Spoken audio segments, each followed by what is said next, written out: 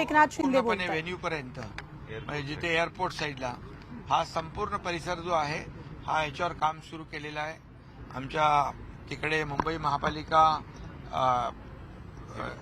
सिडको, त्याचबरोबर MMRDA, पनवेल महापालिका या सगळ्यांनी काम सुरू केलंय आणि हा संपूर्ण परिसर जो आहे फक्त उद्घाटन म्हणून नाही तर पूर्णपणे रस्ते बिलकुल चांगले असतील, चांगले स्वच्छ असतील, सुशोभीकरण असेल, काही ठिकाणी आपल्याला वॉल पेंटिंग असेल, वॉल असेल तर ते पेंटिंग करू, ब्युटिफिकेशन करू आणि अगदी या लोकांना हे परमनंट, फक्त उद्घाटनापुरतं नाही, परमनंट हा संपूर्ण परिसर चांगला होईल। स्थानिकांच्या मागण्या होत्या महेश बालदी असतील किंवा ठाकूर, स्थानिकांच्या ज्या मागण्या आहेत त्या सगळ्या पूर्ण केल्या जातील।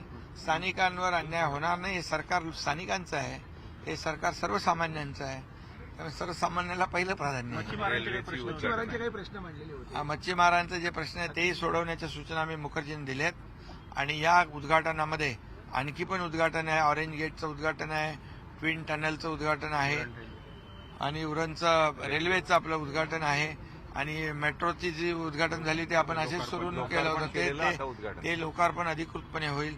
असा भरगच्च कार्यक्रम या ठिकाणी जवळपास 50,000 कोटी 49,000 कोटी रुपयांचे प्रकल्पाचं लोकार्पण आणि भूमिपूजन होत आहे। एक अतिशय गेम चेंजर हा प्रकल्प आहे।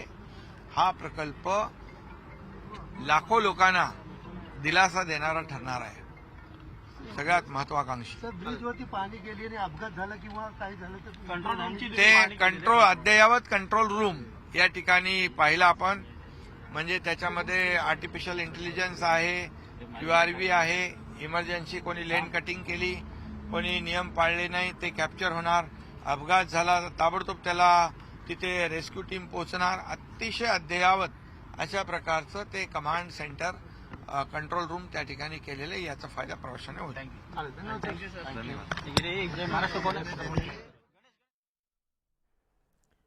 तर मुख्यमंत्र्यांनी आज अटल सेतू मार्गाची पाहणी केलेली आहे, त्या उड्डाणपुलाची पाहणी केलेली आहे, त्याचबरोबर आजूबाजूच्या भागाची त्यांनी पाहणी केली असून चिर्लेचा सुद्धा विकास होणार असल्याचं म्हटलेलं आहे आणि सगळ्यात महत्त्वाचं म्हणजे प्रवाशांची, नागरिकांची इंधन आणि वेळेची बचत या मार्गामुळे होणार आहे। त्याचबरोबर या परिसरातील विकासाला सुद्धा चालना मिळणार असल्याचं मुख्यमंत्री एकनाथ शिंदे यांनी म्हटलेलं आहे। त्यामुळे देशातला हा सगळ्यात मोठा सागरी सेतू असून या सागरी सेतूचं उद्घाटन पंतप्रधानांच्या हस्ते होणार आहे।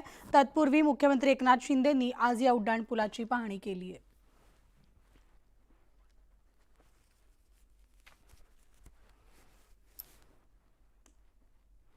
आणि यानंतर आपण पाहणार आहोत राज्यातल्या सगळ्या महत्त्वाच्या बातम्या वेगवान स्वरूपात। पाहूयात 25 मिनिटांमध्ये 50 बातम्या। मराठा कार्यकर्त्यांच्या इशाऱ्यानंतर